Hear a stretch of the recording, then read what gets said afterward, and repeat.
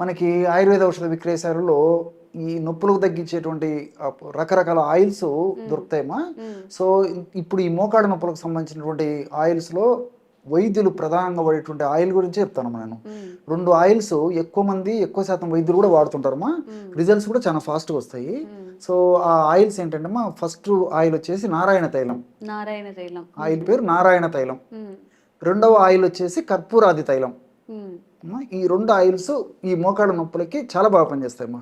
So ఎలా వాడుకోవాలంటే అమ్మా, ఈ 2 ఆయిల్స్ మనకు మార్కెట్లో ఆయుర్వేద ఔషధ విక్రయశాలలో దొరుకుతాయి. For example 100 ml 100 ml Narayana తైలం అయితే 100 ml కర్పూరాది తైలం మనం తెచ్చుకునేటప్పుడు 2 సమానంగా ఉండేట్లు తెచ్చుకోవాలమ్మా. తెచ్చుకున్న తర్వాత ఒక పాత్రలో 2 పోసేయాలమ్మా. 2 పోసేసి కలిపేసేసి మళ్ళీ ఆ యొక్క సీసాలో నింపి పెట్టుకోవాలి. ఇంతే మనం చేయాల్సింది. సో ఆ ఆయిల్ని కాస్త తీసుకొని సమస్య తీవ్రంగా ఉంటే రోజు 2 సార్లు, ఇంతకుముందు ఏదైతే నేను నువ్వుల నూనె, వాము, కర్పూరం కలిపి ఆయిల్ తయారు చేసుకుని వాడుకోవచ్చు చెప్పానో అదే పద్ధతిలో ఇది వాడుకోవచ్చు.